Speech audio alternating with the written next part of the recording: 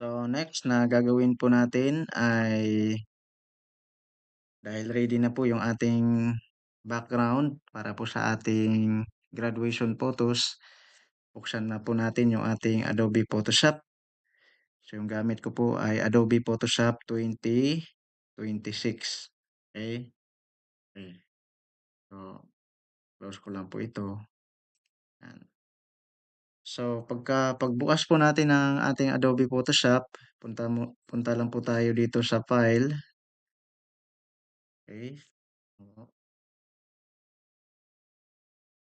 File lang po natin yung file. Then, new. Gagawa po tayo ng bago. Then, yung size po na gagamitin natin ay 8 inch by 10 inch yung size natin o 8R. So, ito po yung madalas na ginagamit na size kapag tayo po ay gumagawa ng mga graduation photos. Then, yung resolution, yung sa akin, sinasagad ko po agad sa 300. Then, color mode, set natin sa CMYK color. Then, click create. Okay.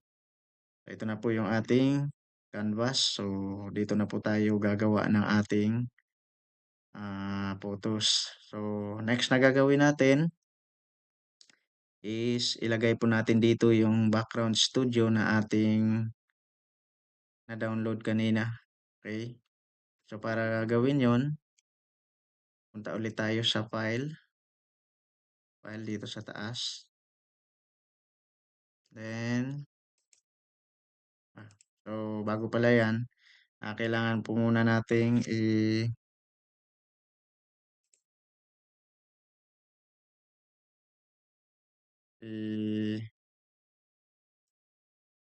i-unlock.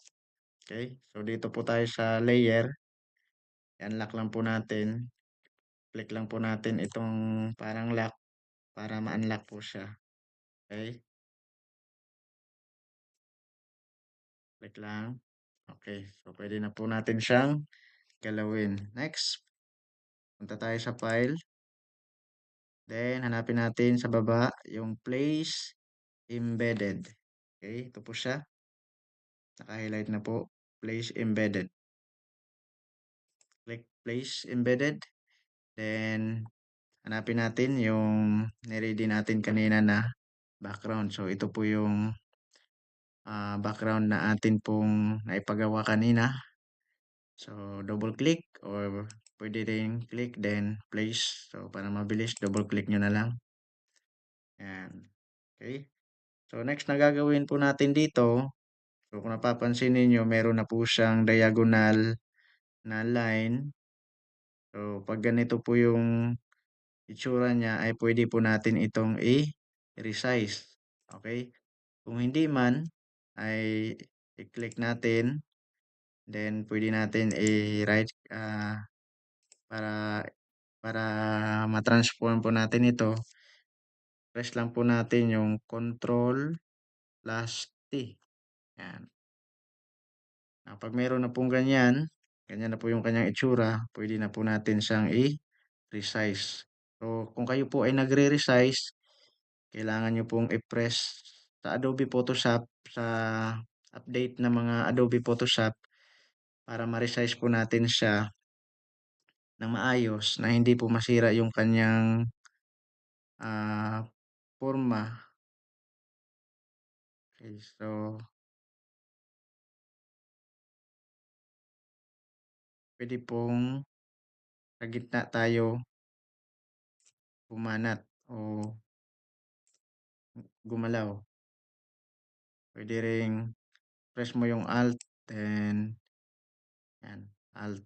Tapos atake mo. Yan.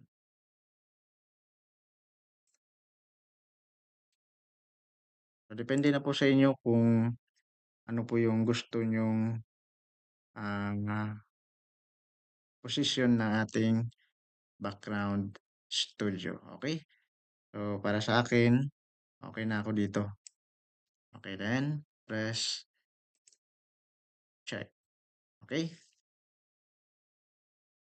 So, 'yan yung pag-setup ng ating background studio dito sa ating Photoshop. Gagawin natin, susunod po na ating gagawin ay ilalagay po natin dito yung image na ating i-e-edit. Okay, so 'yan po yung susunod nating video. So, hanggang dito lang po muna tayo mga ka-grow. Salamat po.